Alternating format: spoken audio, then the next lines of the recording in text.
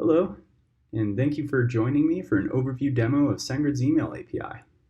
During this overview, we'll take a look at SendGrid's UI, as well as talk about SendGrid's different statistics offerings, including the event webhook, the email activity feed, and the different stats APIs and dashboards we give our customers access to. We'll also take a look at an API request and talk about the value customers see when utilizing that API, as well as a look at the different parameters that are available when using an API to deliver your emails. Now let's talk briefly about the UI.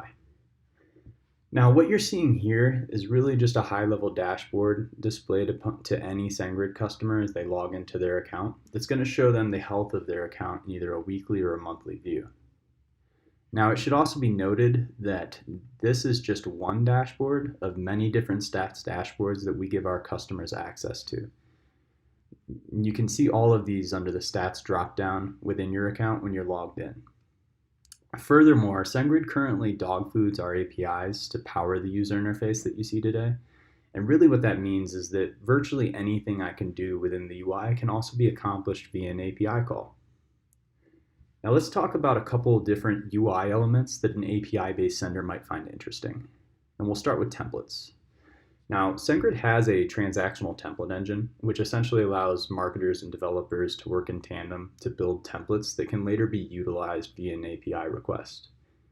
Now, the template language that we utilize there is a dynamic template language. It's going to be a handlebar syntax-based language that essentially allows developers and marketers to use conditional statements, iterations, simple and deep object replacement, to build truly dynamic and highly personalized templates. Now, the beauty of this approach, by the way, is that it allows for the code that was traditionally used for building conditional templates or dynamic content to be taken out of the code base and put into a templated approach.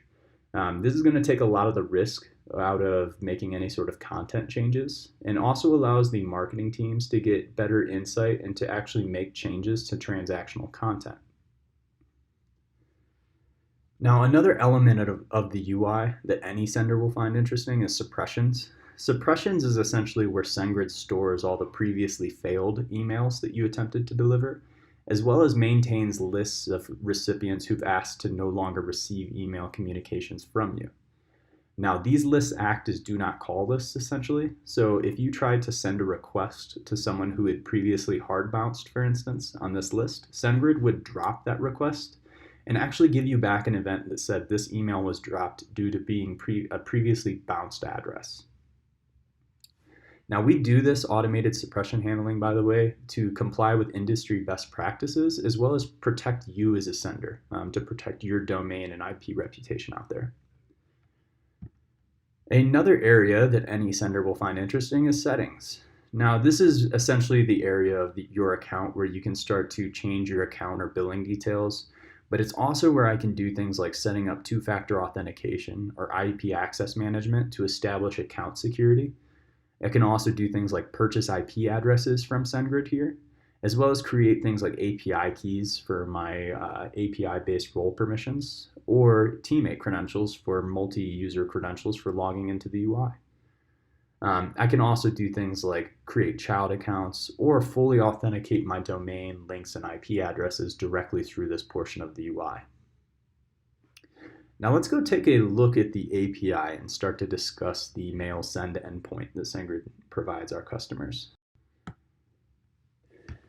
Now, before I go into the API itself, I would like to briefly explain that SendGrid takes developer experience very seriously. We have API libraries written in every major language out there, which allow developers to quickly adopt SendGrid in their preferred language and start sending an email within minutes, if not seconds. Now, in terms of the API that you're seeing, it has a documented rate limit of 10,000 transactions per second, which essentially means that I could send this one message 10,000 times in the next second if I wanted to. Now, we also allow customers to do batching. So you can see this header that I've highlighted here. You can actually replicate this header up to 1,000 times per request to send to 1,000 recipients at any single request. That's actually going to bring that processing rate limit closer to around 10 million recipients per second that I can process via this API. Now we're going to kind of go through parameter by parameter with the API, and I'll provide some color as to how this is utilized and some background on why SendGrid utilizes it this certain way. Authorization, for instance, SendGrid primarily uses API keys to prove you are who you say you are, or to authenticate mail as you deliver it on your account. Now, we do operate a closed relay, so things like logging into the UI or even sending a message are going to require some form of authorization. Now, keep in mind, because we use APIs to power our UI, our API keys are highly permission-based. They can touch on every endpoint that we provide and either give or restrict access on a per endpoint level. So these can be highly permission-based keys that we create. Furthermore, we do allow for basic authentication. However, we prefer API keys as they are more secure. Personalizations is probably one of the most powerful aspects of the V3 API that we offer today. And what this allows is I can essentially batch multiple recipients as part of my personalization header. Again, 1,000 recipients with each request.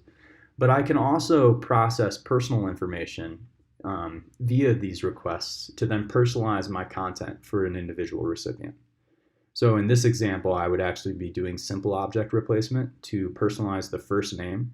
And then in my template, I am actually sending in 3 different languages, and I'm going to specify that I want the English version of content displayed, as well as, again, personalization of the first name of the recipient. Now, I'm going to come back to categories in a little bit when we get towards the end of this demonstration and talk about statistics offerings. From email address is pretty self-explanatory, but I would call out SendGrid allows our customers to fully authenticate their domains, their links, as well as their IP addresses. And we do this as a way to prove full ownership to the ISPs, and it allows our customers to maintain reputation as they send their emails. Subject lines, the one thing I would call out here is we do allow for personalization of subject line. As you can see here, I will be personalizing my first name into the subject line.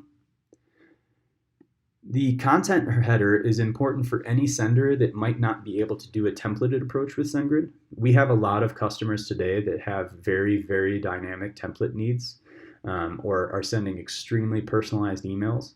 And what a lot of them are doing is rendering their HTML on their end and then pushing us the raw HTML as part of this value parameter. And again, it's really a way to avoid any sort of templating if you have a robust template creation tool on your side already. Now headers, this is really calling out our ability to allow customers to create X headers. These are usually things used for things like feedback IDs. However, I would call out that there are certain headers that SendGrid will not allow a customer to rewrite. These would be things like origination IP, as well as message ID, which SendGrid generates when you are processing an email. I will come back to custom args towards the end of this when we talk more about statistics offerings again. And the last remaining items here, IP pooling. This is really just SendGrid's ability for customers to create pools of dedicated IPs that they have purchased through SendGrid, and then specify through an IP pool header which IPs they want delivering which messages. So really just a way to specify the IP at the time of send. Now I am using a template within my email, and you can see me calling out that template ID here. Now this is essentially going to be the template I built in the transactional template engine, and is going to now dictate which content I'm delivering with this message. Now let's talk a little bit about custom arguments and categories, and we'll start with categories. Now categories are usually used to define the type of email I'm sending, or maybe the brand, et cetera, but they're used mostly to tag an outbound email and then later retrieve aggregate level statistics about how that tag performed. Now, we give customers access to different dashboards, such as the Category Stats API and the Category Stats dashboard, to start to pull in and qualify how these tags are performing. Now, you can see within my email, I'm using purchase as my category tag. And if I go into the Category Stats dashboard, you can see that I am able to then grab the individual tag I'm looking for and then start to see actual events on how that tag has been performing. Now, as is the case with most of our other dashboards, these are all interactive, so I can start to select what types of events I'm interested in consuming through this dashboard, as well as the timeline and the aggregate, daily, weekly, or monthly. I can also always export these stats if I needed to. Now, furthermore, we do give customers a comparison dashboard for categories where I can start to compare numerous category tags side by side and then qualify maybe which tags are outperforming other tags. Now, custom arguments have a slightly different implementation in SendGrid, and in that custom arguments are typically used to define the unique recipient or the unique message. A lot of the use case that we see for custom arguments are things like, I want to create my own message ID, as you can see that I'm going to do that here. Or I'm trying to tie two sources of record together. Maybe I track all of my recipients based on a recipient ID and not email address. Or maybe I need to track order identifiers like item IDs or purchase IDs, etc. Now, custom arguments aren't stored in the user interface as categories are. Custom arguments are actually only passed back through webhook events. So to back up a little bit, SendGrid utilizes event webhooks to give customers granular logs. And really the requirements there are that a customer would host an endpoint that can accept posts from SendGrid's APIs. They would then give SendGrid the URL for that endpoint, as well as select the different types of events they're interested in having sent to their endpoint.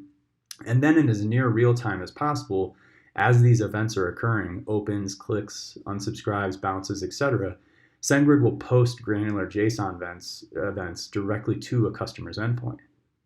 Now, the reason I'm discussing that is because these tags will now be involved or applied to every event corresponding to this unique message. So I actually delivered this email earlier, so we can go take a look at my event webhook. And here you'll see this is a processed event for the email I sent earlier today.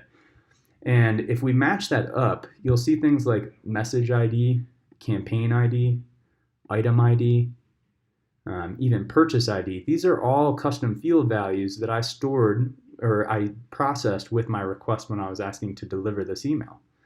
And now you can see that these events or these tags will be present throughout all of my messages events, from things like the time it was processed to the delivery of that email, so on and so on. Now you can also see a couple other things here, like my category information will be present as well. But really these webhooks are going to be a way to allow customers to maintain granular logs of all of the activity that's happening with their mail in a very granular fashion again.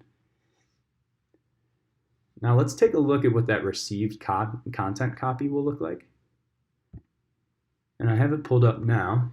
And now you can see that within my content, I have replaced or personalized the email to show my first name. You can also see my own domain here as well as my friendly from.